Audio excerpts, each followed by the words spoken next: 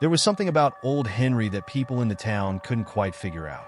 He had worked as the cemetery's gravedigger for nearly 40 years, a quiet, reserved man who never had much to say.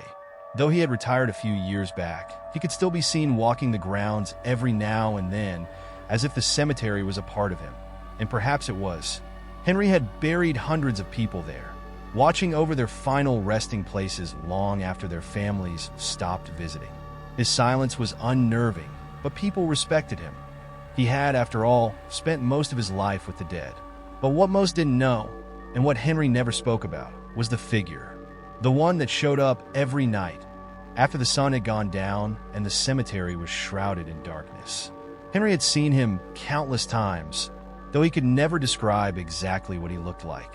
The figure always kept his distance, wandering between the headstones as if searching for something, but never getting too close. It wasn't a man, not exactly. Henry was sure of that, though he had no proof. He had tried approaching the figure once, in his early days working the grounds. He had taken maybe 5 steps toward it before the air seemed to shift, a cold, suffocating presence surrounding him.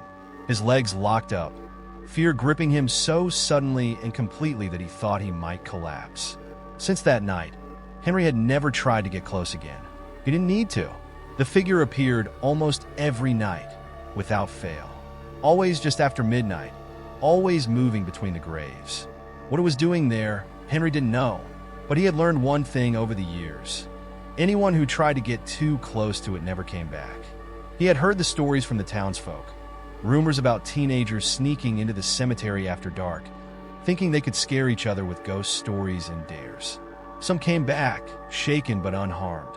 Others, well, they were never heard from again. Henry didn't believe in ghosts, at least not the kind that haunt people's homes and whisper in the dark. But the figure? He knew better than to dismiss it. He had seen it too many times. Whatever it wasn't something to be messed with. One evening, after a couple of beers at the local bar, Henry found himself in the middle of an unusual conversation. It was the kind of talk he usually avoided, nonsense about haunted places and creepy legends. But tonight, the conversation had taken a different turn. Someone mentioned the cemetery. They spoke about the disappearances, the people who had gone missing over the years. And before he could stop himself, Henry opened his mouth. "You ever seen the man that walks the cemetery at night?" he asked, his voice low and gravelly from years of smoke and silence. The table went quiet. The handful of locals sitting around him turned their attention to Henry, curious but skeptical. "There's no man in the cemetery," one of the younger men said, smirking. "Just stories to keep kids from sneaking in." Henry stared into his beer for a moment, then looked up, his eyes steady. "It's no story. I've seen him. Every night. He's there, walking between the graves. And anyone who tries to get close, they don't come back." The room fell silent. Even the bartender, who had been busy wiping down glasses, paused to listen. "Bullshit," the younger man scoffed, though his voice wavered slightly. "You're just trying to scare us." Henry didn't respond. He didn't need to. His silence was answer enough. That night, the story spread through the town like wildfire. It wasn't long before it reached the ears of a group of young men with a thirst for adventure and a taste for danger. They were always looking for the next big thrill, the next viral video for their YouTube channel. When they heard about the gravedigger story, they knew they had to check it out for themselves. A few days later, Henry was sitting on his porch when one of the boys approached him. He couldn't have been more than 20, with the kind of overconfident grin that only youth could afford. His friends lingered nearby, watching from a distance, their phones already out and recording. "You're the old gravedigger, right?" the young man asked, leaning against the fence. "We heard you've got some crazy story about a guy in the cemetery." Henry didn't look up. He took a long drag from his cigarette and exhaled slowly before speaking. "It's not a story." The boy chuckled. "Yeah, well, we're going to find out. We're going in tonight. See for ourselves." Henry finally looked up, his eyes cold and serious. "You don't want to do that." "Why not?" The boy pressed, his grin widening. "Scared we'll see your ghost friend?" Henry's expression didn't change. "He's not my friend, and if you see him, it'll be the last thing you see." The boy hesitated, just for a second, but it was enough for Henry to notice. He sighed, crushed the cigarette under his boot, and stood up. You want to go poking around where you don't belong? That's your choice, Henry said, his voice flat. But don't say I didn't warn you. Some things are better left alone. The boy's grin faltered, but he nodded, turning to rejoin his friends. As they walked away, Henry watched them go, knowing full well they wouldn't listen. They never did, and tonight, they would find out why some mysteries were better left unsolved. Excitement buzzed through the air as the group of friends gathered at Tim's house later that afternoon. They had already decided what their next big adventure would be, and tonight, they would film it all. Tim, the self-proclaimed leader of their little crew, sat in front of his laptop, browsing through a collection of old, grainy videos they had uploaded to their YouTube channel over the past year. Most were harmless pranks or urban exploration videos, but this was different. This was bigger. The Gravedigger story had sparked something in them, a mix of curiosity and thrill-seeking that was hard to ignore. They could feel it. If they captured footage of the figure in the cemetery, it could be their most popular video yet. "So what's the plan?" asked Greg, lounging on the couch, fiddling with the settings on his camera. Greg was the tech guy, always tweaking the equipment, making sure they had the best quality footage for their videos. He was also the one most eager to turn this idea into a reality. "We go in around midnight," Tim replied, eyes still fixed on the screen. "The guy said the figure shows up after dark, right? We need to be there when it does.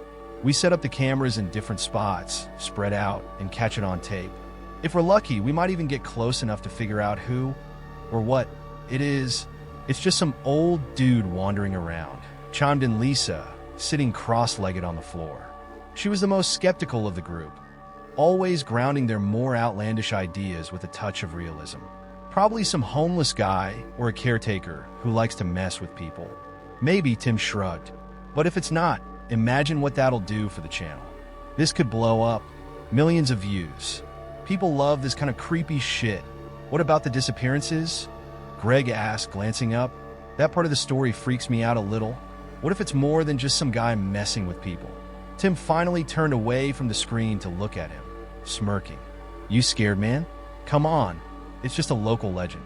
Those people probably ran off or got lost or something. We're not going to disappear. We're smart about this. Besides, we're bringing all the gear we need: cameras, flashlights, walkie-talkies. We'll stick together. Nothing's going to happen." Greg didn't look convinced, but he nodded anyway, knowing there was no turning back now. They had already committed to the plan, and part of him didn't want to be the one to back out. After all, it could just be another urban legend. By the time midnight rolled around, the group was fully prepared. Tim had spent the evening mapping out the cemetery, identifying key locations where they could set up their cameras. Greg had made sure all their equipment was in working order, and Lisa, despite her skepticism, was along for the ride, her camera in hand. Matt, the last member of their crew, had arrived just before sundown, armed with a small drone to get aerial footage of the cemetery, though they weren't sure how much use it would be in the dark. "All right," Tim said, as they piled into his car. "We get in, set up, and wait. We'll be in and out in a couple of hours. If we see something, great. If not, we pack it up and go home." "Easy." As they drove toward the cemetery, the mood inside the car shifted from excitement to nervous anticipation. The streets grew darker as they left the town behind, the tall iron gates of the cemetery looming ahead like the entrance to another world. It was quiet, too quiet almost, as they parked just outside the gates and began unloading their equipment. "Creepy place," Greg muttered as they passed through the gates, the cemetery stretching out before them in long rows of headstones and mausoleums. The moon was a thin sliver in the sky, casting pale light over the graves, and the air was heavy with the scent of damp earth and decaying leaves. A cold breeze rustled the trees, and for a moment, Lisa thought she heard something, an echo of movement, or maybe just the wind. She shook it off, determined not to let her imagination get the best of her. Tim led the way, flashlight in hand, as they moved deeper into the cemetery. They passed rows of old, crumbling headstones, their inscriptions worn down by time, and Lisa couldn't help but feel a sense of unease. She didn't believe in ghosts, but there was something about this place that felt wrong.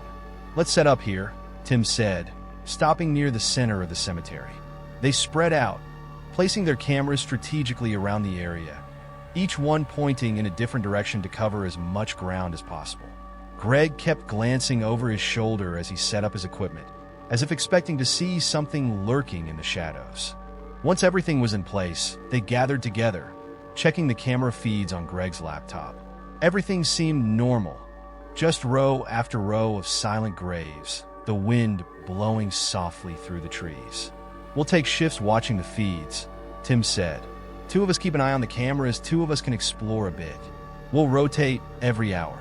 That way we don't miss anything." The first hour passed uneventfully. Lisa and Greg stayed behind to monitor the cameras while Tim and Matt ventured deeper into the cemetery, their flashlights casting long shadows across the graves. They joked to keep their nerves in check, but even Tim felt the tension mounting as they moved further from the others.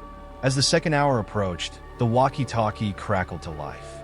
"You guys seeing anything yet?" Tim's voice came through, slightly distorted.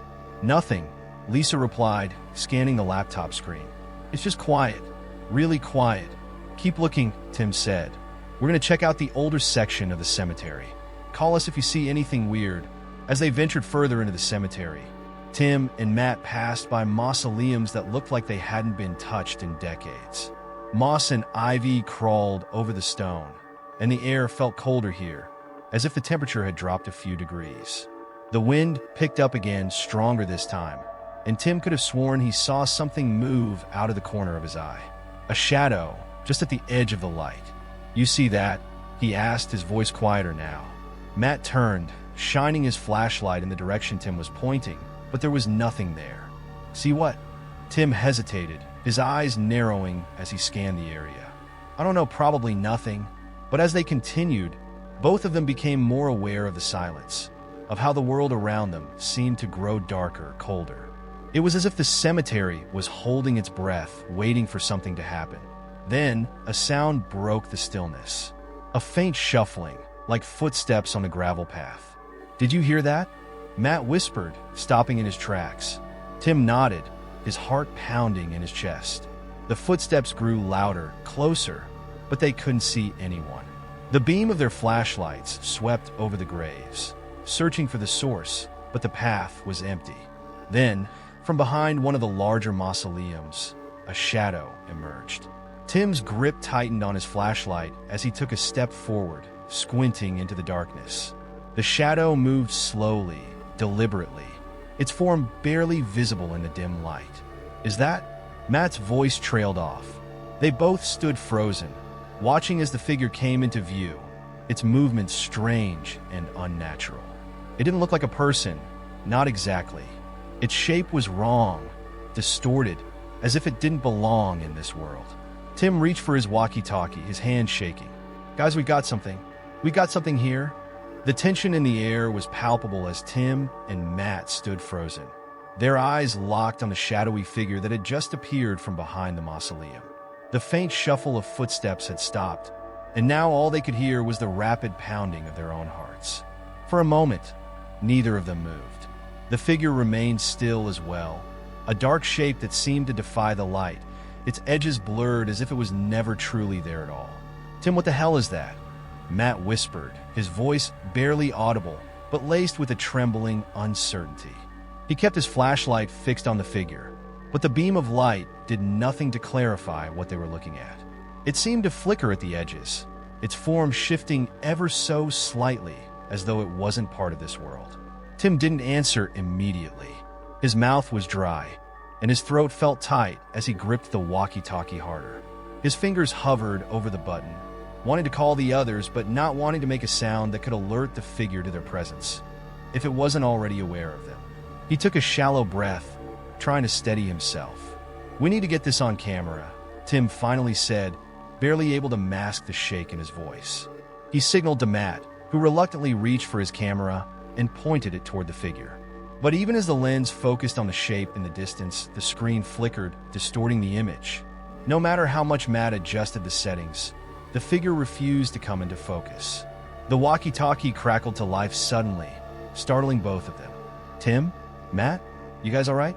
What's going on?" It was Greg's voice, tinny and anxious. Tim fumbled with the device, pressing it to his mouth. We got something," We're looking right at it. What is it? A person? I don't know. Just stay where you are. Keep the cameras rolling. The figure, as if responding to the sudden noise, shifted again. It didn't move closer, but it no longer felt as though it was passively standing there. The stillness was gone. A chill ran down Tim's spine as he realized that it was watching them. It wasn't just some random shadow. It was aware of them. "Let's get closer," Tim said quietly, even though every part of him was screaming not to. Matt looked at him like he was insane, but Tim had that look in his eyes, the kind of determination that bordered on recklessness. And in that moment, Matt knew he would follow, even though his gut told him not to. They took a few tentative steps forward, their flashlights cutting through the darkness, but never quite touching the figure itself. The night around them felt heavier, like the air had thickened. It was harder to breathe, and every step seemed to echo unnaturally in the silence. As they drew closer, the figure's form became more defined, but not in the way they had expected. It wasn't the figure of a man, but something taller, its limbs too long and too slender, like a distorted silhouette of a person. "Tim, we need to back off," Matt whispered, his voice trembling now. But Tim didn't stop. He took another step, then another. Suddenly, the figure moved, faster than they could have anticipated. It didn't walk, it glided, disappearing behind another row of gravestones in an instant. Tim and Matt froze, their hearts slamming in their chests as they tried to process what they had just seen. Did you see that?" Tim stammered. "Yeah," Matt whispered, his voice barely audible. "We need to get out of here." Before Tim could argue, their walkie-talkie crackled again, this time with a burst of static so loud it made them both jump. The sound was followed by a low, distorted noise that wasn't Greg or Lisa. It was something else entirely, a deep, rumbling sound, almost like growling, but not from any animal they recognized. "What the hell is that?" Tim muttered, pulling the walkie-talkie closer to his ear. The static persisted, and beneath it, that low, guttural noise continued, growing louder, more insistent. And then, as suddenly as it started, the noise stopped, replaced by Greg's frantic voice. "Guys, you need to get back here now. Something's wrong with the cameras. They're all freaking out." Tim and Matt exchanged a glance, the fear in Greg's voice sending a fresh wave of panic through them. They turned and started running back toward the others, their flashlights bouncing wildly as they navigated through the maze of gravestones. The night around them seemed to press in closer, the wind picking up as if the cemetery itself was waking up. When they reached the central clearing where they had set up their equipment, Lisa and Greg were already scrambling to gather the cameras. Greg's laptop was open on the ground, the screen flickering with distorted images, static and strange, twisted shapes that didn't make sense. Every camera feed was glitching, showing random bursts of static and blackouts, as though something was interfering with the signals. "What the hell happened?" Tim asked, breathless as he reached them. Greg didn't answer immediately. He was too busy trying to figure out why all the equipment was failing at once. "I don't know, man. It just everything went crazy. The cameras started freaking out, the laptop's not recording right. I don't understand." Lisa looked pale, her arms crossed tightly over her chest as she kept glancing over her shoulder, as if expecting something to leap out of the shadows at any moment. "We need to leave," she said quietly, her voice trembling. "This isn't right." Tim wanted to argue, wanted to tell her that they couldn't just leave without figuring out what was happening, but deep down he knew she was right. The situation had spiraled out of control faster than any of them had expected. This was no longer just a fun, ghost-hunting adventure. Whatever was happening here was real, and it was dangerous. "Let's pack it up," Tim said reluctantly, his voice tense. "We'll review the footage when we get home. Maybe there's something on the cameras that'll explain all this." As they hurriedly gathered their equipment, the oppressive feeling of being watched never left them. It lingered in the air, thick and heavy, and every now and then, one of them would glance up, scanning the dark rows of graves, half expecting the figure to reappear. But the cemetery remained silent. When they finally made it back to the car, they piled in quickly, none of them speaking as Tim started the engine. The headlights illuminated the tall iron gates as they drove through, leaving the cemetery behind. But the sense of unease stayed with them, a quiet, gnawing fear that something wasn't right. As they sped down the road, Lisa broke the silence. "You think it followed us?" Her voice was soft, almost drowned out by the hum of the car's engine. Tim didn't answer. He didn't want to. But as they drove further from the cemetery, he couldn't shake the feeling that something had changed, that whatever they had seen, whatever had been out there in the dark, wasn't finished with them yet. The drive back from the cemetery was quiet, tense. No one spoke, the only sound coming from the low hum of the car's engine and the occasional crackle of the walkie-talkie still resting on Tim's lap. The road ahead seemed endless, swallowed up by the night. And even though the cemetery was now miles behind them, the oppressive sense of being watched never faded. When they finally reached Greg's house, where they had planned to review the footage, the tension only seemed to grow. The once comforting glow of the streetlights outside his home now felt eerie, as if the night itself had followed them back. They hurried inside, locking the door behind them more out of instinct than necessity. Greg set up his laptop in the living room, the others gathering around as he connected the cameras and transferred the footage. The mood was somber. Even the usual excitement that came with reviewing their latest adventure was absent, replaced by a nagging fear that none of them were willing to voice. "It's probably just a glitch," Greg said, more to himself than anyone else as he scrolled through the files, searching for the start of their footage. Something in the cemetery was messing with the equipment, like interference or something. "No way," Matt replied, shaking his head. "That wasn't interference. There was something out there, man. We both saw it. It wasn't human." Tim remained silent, leaning against the wall, arms crossed. He wanted to dismiss what they had seen, rationalize it, but the image of that shadowy figure still haunted his mind. The way it had moved, how it seemed to melt into the darkness. It wasn't something that could easily be explained. Greg finally found the footage and clicked play. The first few minutes showed nothing unusual, just grainy shots of the cemetery as they had entered, setting up their cameras, joking around to ease the tension. But then, as the night went on, the footage became stranger. The camera pointed toward the mausoleum where Tim and Matt had seen the figure began to glitch, the image flickering as though something was distorting the signal. The shadows around the graves seemed to shift unnaturally, as if they were moving of their own accord. "There!" Tim pointed at the screen, leaning in closer. "Right there, see that?" The others squinted at the footage, but even in the distorted video, they could make out the faint shape of the figure. It moved slowly, almost lazily, as if it was completely unaware of them. Or perhaps it just didn't care. "Pause it," Lisa said, her voice quieter than usual. "Can you zoom in?" Greg did as she asked, enhancing the image as much as he could, but the figure remained indistinct, its form blurry and undefined. Even as they stared at the screen, trying to make sense of it, the figure seemed to defy explanation. It was neither solid nor transparent, and it didn't move like a person. Its limbs were too long, its movements too fluid, almost unnatural. "Maybe it's a trick of the light," Greg suggested, though his tone lacked conviction. "Look at how it moves," Tim said, shaking his head. "That's not a trick. That's something else?"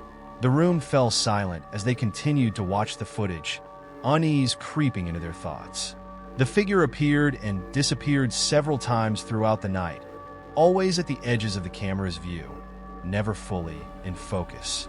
But then, near the end of the video, something even stranger happened. The figure stopped moving. It stood completely still, just outside the range of the camera's focus, and yet it seemed to be looking at them. Or at least, that's how it felt. Even through the screen, there was a sense of being watched, as if the figure knew they were watching it in return. The air in the room grew colder, and the tension tightened like a knot in their chests. Then, the camera feed cut to static. Greg frowned, tapping at the keyboard. "It's like the camera just shut off on its own," he muttered. "Keep going," Tim urged. "Maybe the other cameras caught something." Greg switched to another feed, this one showing the central area where Lisa and Greg had been monitoring the equipment. At first, it seemed normal, the two of them chatting quietly, the cemetery still and quiet around them. But then, just like before, the footage began to glitch. The trees around the grave seemed to sway in a breeze that wasn't there, and the shadows stretched unnaturally long, creeping closer to the cameras. "There's that distortion again," Lisa said, her eyes fixed on the screen. "What's causing that?" Before anyone could answer, the walkie-talkie in Tim's lap crackled to life with the same low, distorted noise they had heard back at the cemetery. That guttural growl, deep and unnatural, filled the room, sending chills down their spines. "What the hell is that?" Matt whispered, glancing around nervously. Tim grabbed the walkie-talkie, turning the volume down, but the noise continued, rising and falling like something was breathing into the receiver. It wasn't a technical issue. This was something else, something that felt alive. And then, just as abruptly as it had started, the noise stopped. For a long moment, none of them spoke. The silence was heavy, suffocating, broken only by the faint hum of the laptop. "I think we should stop," Lisa said finally, her voice shaky. "This is too weird. That thing we saw at the cemetery. What if it followed us?" Greg snorted nervously, trying to lighten the mood. "Come on, Lisa. It's just interference. Probably something out in the cemetery messing with the signals." But as much as he wanted to believe it, he didn't sound convinced. The unease that had settled over them wasn't something that could be easily dismissed. Tim stood up abruptly, grabbing his jacket. "Let's get some fresh air," he said. "We'll figure this out tomorrow." The others nodded, relieved at the excuse to step away from the screens. They piled outside onto Greg's porch, the cool night air feeling almost refreshing after the heavy tension inside. But the relief didn't last long. As they stood there, staring out into the darkness, that feeling of being watched crept back. It was subtle at first, just a nagging sensation at the back of their minds, like the prickling of hairs on their necks. But then Lisa stiffened, her eyes widening as she looked down the street. "Guys," she whispered, her voice barely audible. Tim followed her gaze, his heart skipping a beat. At the far end of the street, standing just at the edge of the pool of light from a distant street lamp, was a figure. Tall, shadowy, and utterly still. It wasn't close enough for them to see clearly, but there was no mistaking the shape. It was the same figure they had seen at the cemetery. "What the hell?" Greg muttered, taking a step back. Matt swallowed hard, his voice tight with fear. "It had followed us, didn't it?" No one answered. They just stared at the figure, waiting for it to move, waiting for it to come closer. But it didn't. It simply stood there, watching them, as if daring them to approach. The figure at the end of the street stood motionless, silhouetted against the faint glow of the streetlight. None of them could see its face, or even tell if it had one. The shadowy form was just a black silhouette, but the feeling it exuded was unmistakable. It was watching them. Tim, Lisa, Greg, and Matt stood frozen on the porch, the fear so thick it felt like the air itself had turned heavy, wrapping around them like an invisible weight. "What do we do?" Lisa's voice was barely above a whisper, her eyes locked on the figure. It hadn't moved, but she couldn't shake the feeling that if they made the wrong choice, it would come for them. Tim's mind raced, searching for a rational explanation. Maybe it was someone playing a prank, maybe it was a trick of the light, but deep down he knew none of those thoughts were true. They had seen it back at the cemetery, and now it had followed them here. How though? And why? He glanced at the others, seeing the same disbelief and terror reflected in their eyes. "We go inside," Tim said, trying to sound confident even as his voice wavered. "We lock the doors. It can't follow us in, right?" But no one was sure of anything anymore. Reluctantly, they backed up toward the door, their eyes never leaving the figure. The air around them felt charged, as if something terrible was about to happen, something inevitable. Matt fumbled with the door handle, his shaking hands making it difficult to open, but after a few tense seconds, they were back inside, slamming the door shut behind them and bolting it. They locked every window, every entry point, pulling down the blinds as if shutting out the outside world could somehow protect them from whatever was lurking out there. The house fell into a heavy silence, broken only by the sound of their ragged breathing. Greg sat down on the couch, burying his face in his hands. He didn't want to admit it, but he was terrified, more terrified than he'd ever been in his life. The figure didn't make sense. It wasn't human. There was no way it should have followed them. But it had. Maybe it's just messing with us, Matt said, though his voice lacked conviction. Maybe if we ignore it, it'll go away. We can't ignore something like that, Lisa snapped, pacing near the window. Her nerves were shot, her mind racing with the same question over and over. What does it want? She glanced toward the window, wanting to peek outside, but too afraid to lift the blinds. What if it was still there? What if it was closer now? We need to figure out what this thing is. Figure it out? How? Greg asked, lifting his head. His eyes were wide, his face pale. We don't even know where it came from. Tim leaned against the wall, trying to think through the fear. His mind kept going back to the cemetery, to the gravedigger's warning. Anyone who tries to get close doesn't come back. Had they triggered something by going there? Was the figure bound to the cemetery? Or had they broken some unspoken rule by filming it? He shook his head, unwilling to believe that a simple video could have unleashed whatever this was. We review the footage again, Tim said suddenly, standing up straighter.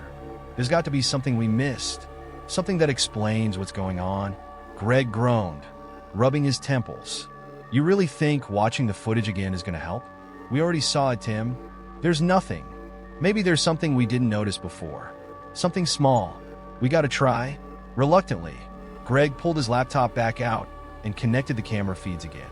They gathered around the screen, nerves on edge, as Greg scrolled through the footage from the cemetery. The distorted images flickered across the screen, grainy shots of gravestones, the figure appearing and disappearing at the edges of the camera's view. There was that same strange, unnatural way it moved, like it was both part of the world and outside of it. But then, as Greg paused the video at one particular moment, Tim leaned in closer, his eyes narrowing. Wait, go back. Just a few seconds. Greg rewound the footage, playing it again in slow motion. Tim pointed at the screen. There, look at the background. At first, the others didn't see it. But as Greg zoomed in, the hairs on the back of Lisa's neck stood up. In the distance, barely visible between two rows of gravestones, was another figure. It was much fainter than the first, more of a shadow than anything else, but it was there. And then, as the camera continued to record, another figure appeared. Then another. They were everywhere, hidden in the darkness, just out of sight but always watching. This can't be real, Matt muttered, backing away from the screen. His heart raced, the blood pounding in his ears. How is this possible? We weren't just seeing one figure, Tim said quietly, his voice shaking now. There were more. They were all around us. That doesn't make any sense. Lisa snapped, her frustration mixing with fear. If they were all around us, why didn't we see them? Why didn't we? A loud bang interrupted her, the sound coming from the back of the house. It was a sharp, heavy thud, as if something had struck the wall from outside. The four of them froze, their eyes darting to the door that led to the backyard. What was that? Matt whispered, his voice tight with fear. They listened, holding their breath. For a moment, everything was still, and then it came again. Another loud bang, followed by a scraping sound, like something was dragging itself across the side of the house. It's here, Greg said, his voice barely above a whisper. It followed us? Tim grabbed a flashlight, his mind racing. We need to see what it is. No, we don't, Lisa hissed. Are you crazy? We can't go out there. But Tim didn't listen. He flicked on the flashlight and moved toward the back door, his hand hovering over the doorknob. His heart pounded in his chest as he slowly unlocked it, the others watching in horror, too scared to stop him. He opened the door just a crack, shining the flashlight into the backyard. At first, he saw nothing, just the usual clutter of Greg's backyard, the faint outlines of the trees swaying in the breeze. But then, just beyond the beam of the flashlight, something moved. It was subtle, almost imperceptible, but Tim knew he had seen it. The air around the house seemed to shift, a cold, unnatural chill creeping in. He pushed the door open wider, stepping onto the back porch. Tim, don't, Lisa whispered, her voice strained. But Tim couldn't stop himself. He took another step forward, his flashlight searching the yard. The shadows seemed to pulse, shifting and moving as if they were alive. And then, just beyond the reach of the light, he saw it, the figure. It was standing in the middle of the yard, completely still, watching him. For a long moment, Tim didn't move. He didn't breathe. The figure stood there, its dark shape barely distinguishable from the shadows around it. And then, slowly, it raised its hand, pointing directly at him. A cold dread filled Tim's chest, and his feet refused to move. He tried to call out to the others, but no sound came from his throat. His hands trembled as the flashlight slipped from his grip, falling to the ground with a dull thud. The light flickered, casting strange, shifting shadows around the yard. In the sudden darkness, the figure took a step forward. Tim stumbled back, his heart racing as he slammed the door shut and locked it, his hands shaking violently. "It's out there," he gasped, backing away from the door. "It's out there." Greg ran to the window, peering through the blinds. He couldn't see anything, just the stillness of the backyard, empty and quiet. But the feeling of being watched remained, growing stronger with every passing second. "It's not going to leave us alone, is it?" Matt asked, his voice barely above a whisper. Tim shook his head, his mind spinning. "No, it's not going to stop." The sense of dread in Greg's house was suffocating, an invisible weight pressing down on all of them.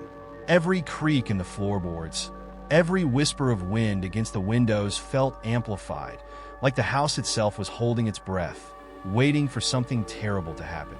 Tim, Lisa, Greg, and Matt huddled together in the living room, the lights dim, their nerves fraying as each second ticked by. The figure outside hadn't moved again, but the feeling of being watched clung to them like a thick, suffocating fog. "We can't stay here," Lisa said finally, breaking the silence. Her voice trembled, barely concealing the panic beneath her words. "It's not going to leave us alone. We need to get out of here, go somewhere, anywhere but here." Tim shook his head, still trying to make sense of what he had seen. The way the figure had raised its hand, pointing at him, felt like more than just a warning. It was a promise. "We leave, it'll follow us. We don't even know if we can get away from it. We can't just sit here and wait for it to do whatever it's going to do," Greg muttered, pacing back and forth. His hands ran nervously through his hair, his thoughts racing with every step. "There's got to be something we can do, right? Maybe we can call the cops, tell them someone's stalking us." "And say what exactly?" Matt said, his voice laced with frustration. "We tell them we saw a shadowy figure in the cemetery that's now standing outside your house. They're going to think we're nuts." Lisa's hands were shaking, her fingers gripping the edge of the couch, as if holding on to something solid would keep her grounded in the middle of this surreal nightmare. "We can't stay here. I don't care what we do, but I'm not spending the night in this house with that thing out there." Tim rubbed his face, trying to calm the growing panic rising inside him. They couldn't run. Every instinct in him said that leaving would only make things worse, but staying? That felt impossible too. The figure wasn't just outside, it was inside their minds now, living in the fear they could barely control. Then, suddenly, Tim remembered something the old gravedigger had said, a warning that he had shrugged off at the time. "Anyone who tries to get close doesn't come back." Those words kept echoing in his mind now. But there had been something else, a faint detail he hadn't fully grasped. "The gravedigger," Tim said abruptly, standing up. "We need to go talk to him. He knows more than he told us. He tried to warn us, and we didn't listen." Greg stopped pacing, turning to Tim with a frown. "What are you talking about? That guy's half crazy. What makes you think he'll help us?" "He's the only one who might know what's going on," Tim argued, his voice growing more desperate. "He's been working at that cemetery for decades. He's seen it before. Maybe he knows how to stop it." Lisa's eyes flicked toward the window, the thought of going back outside, sending a fresh wave of fear through her. "Going back out there? Tim, what if it follows us? What if it's not just that one thing out there? What if there are more?" Tim clenched his fists, his mind racing with possibilities. There was no guarantee that the gravedigger would be able to help them, but it was the only lead they had. Sitting in Greg's house wasn't going to solve anything. They couldn't just wait for the figure to make its next move. "We don't have a choice. We can't stay here, and we need answers. It's a risk, but we have to take it."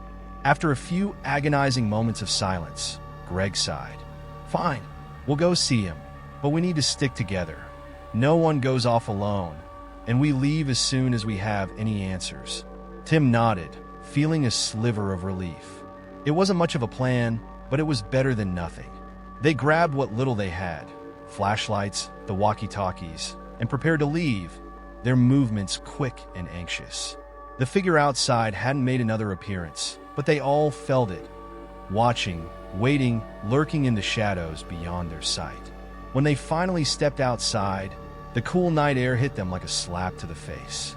The streets were eerily quiet, devoid of any movement except for the occasional flicker of a streetlight. The shadows seemed deeper, darker, as if the night itself had become a living thing. Lisa kept close to Tim, her eyes darting around, as if expecting the figure to leap out from the shadows at any moment. "We're going straight to the gravedigger's place," Tim said, his voice low and urgent. "We don't stop for anything. If anyone sees something, speak up, but don't stop walking." The group moved quickly, their footsteps echoing unnaturally in the stillness of the night.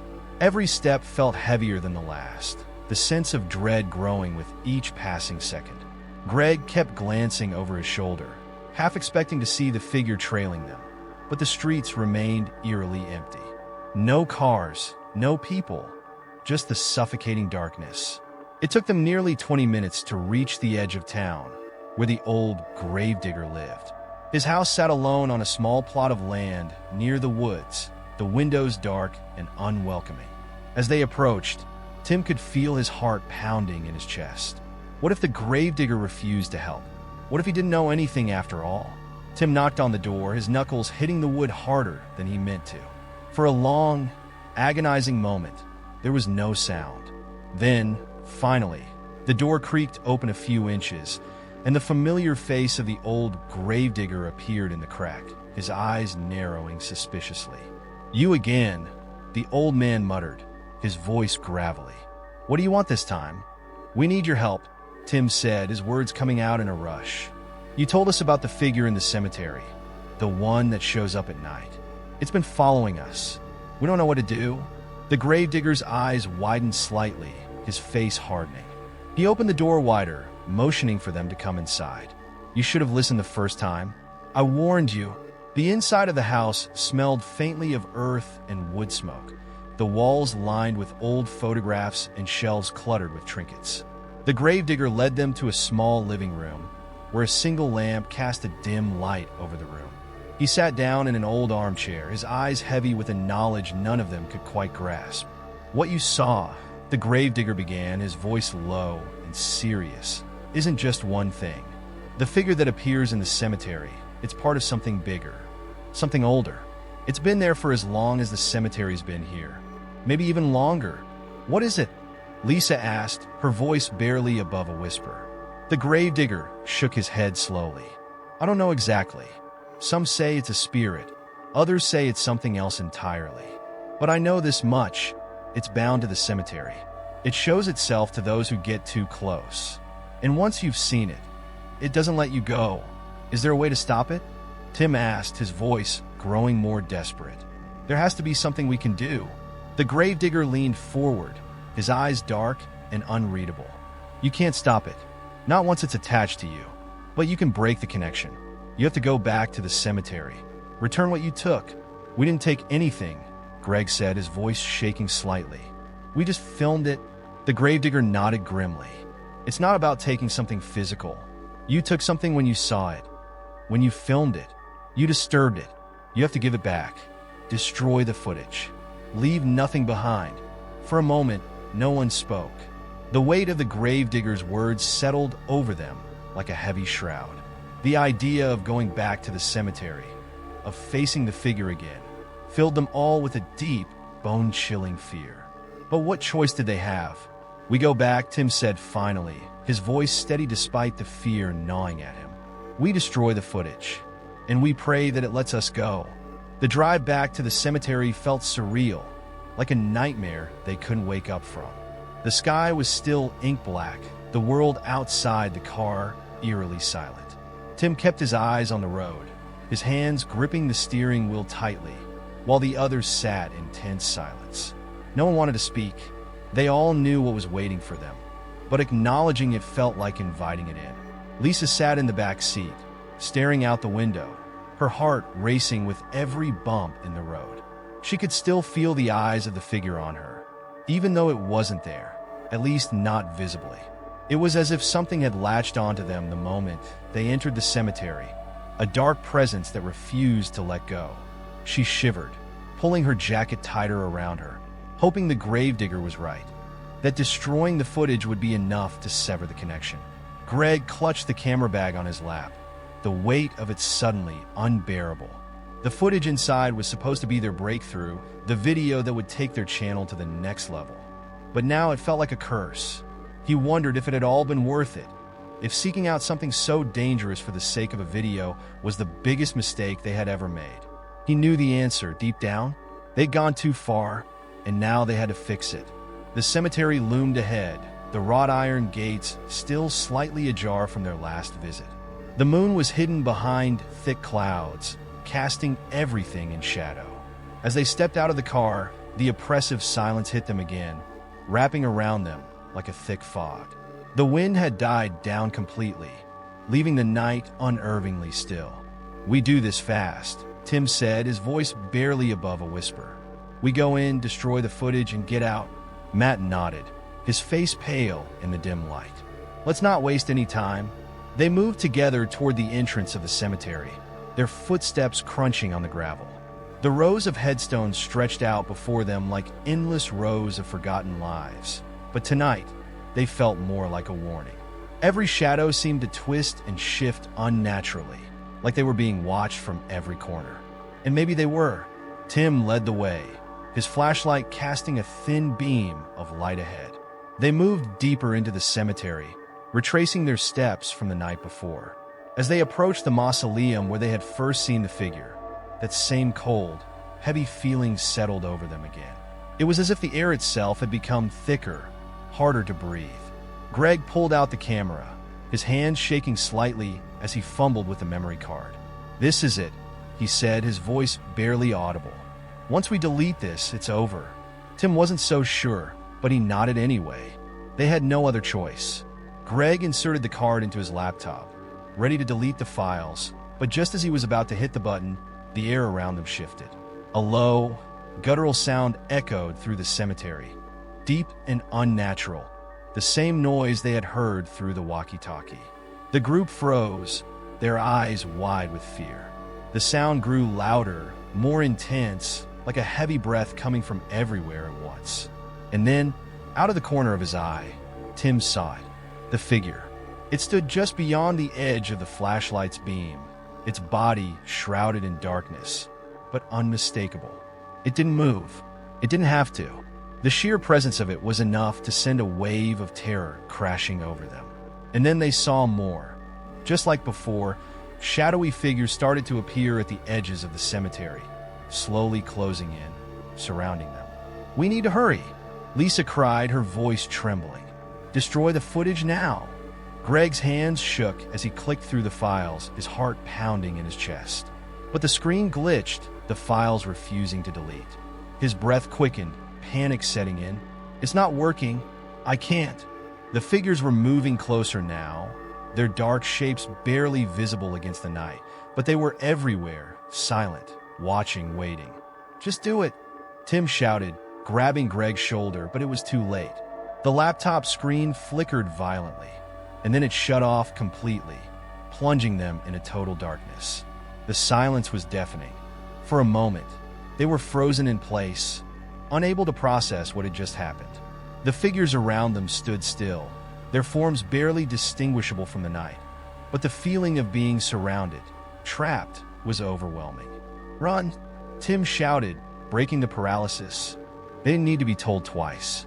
The group bolted, their flashlights swinging wildly as they sprinted back toward the entrance, the sound of their frantic footsteps echoing through the cemetery. But the figures didn't chase them. They didn't need to. The air itself seemed to pull at them, slowing them down, making every step feel like they were wading through thick mud. Lisa glanced back, her heart nearly stopping as she saw the figures following at a distance, moving slowly but steadily, as if they had all the time in the world. The cemetery gate was just ahead, but it felt miles away. Tim pushed himself harder, his breath coming in ragged gasps. He could hear Greg and Matt behind him, their footsteps frantic, their fear palpable. But as they neared the gate, a sudden, overwhelming cold washed over them. Tim's flashlight flickered, then died. They skidded to a halt, the darkness swallowing them whole. The gate was only a few feet away, but now it felt unreachable. The figures had stopped moving again, but they were closer now, much closer. The heavy, suffocating presence was all around them, pressing in, as if the night itself was alive, feeding off their fear. What do we do? Greg gasped, his voice trembling. Tim's mind raced, tried to think of a way out. The footage was still on the memory card, untouched, and they couldn't delete it. But they didn't have to delete it. "We destroy the card," Tim said, his voice steady despite the terror clawing at him. "If it's the footage that's keeping them here, we destroy the card." Greg fumbled with the camera, his hands shaking so badly he could barely open the memory slot. Finally, he pulled the card out, holding it in his trembling fingers. Without hesitation, Tim grabbed a rock from the ground and smashed it down on the card, shattering it into pieces. For a moment, nothing happened. The air was still thick with tension, the figures unmoving, the darkness closing in. But then, slowly, the figures began to fade.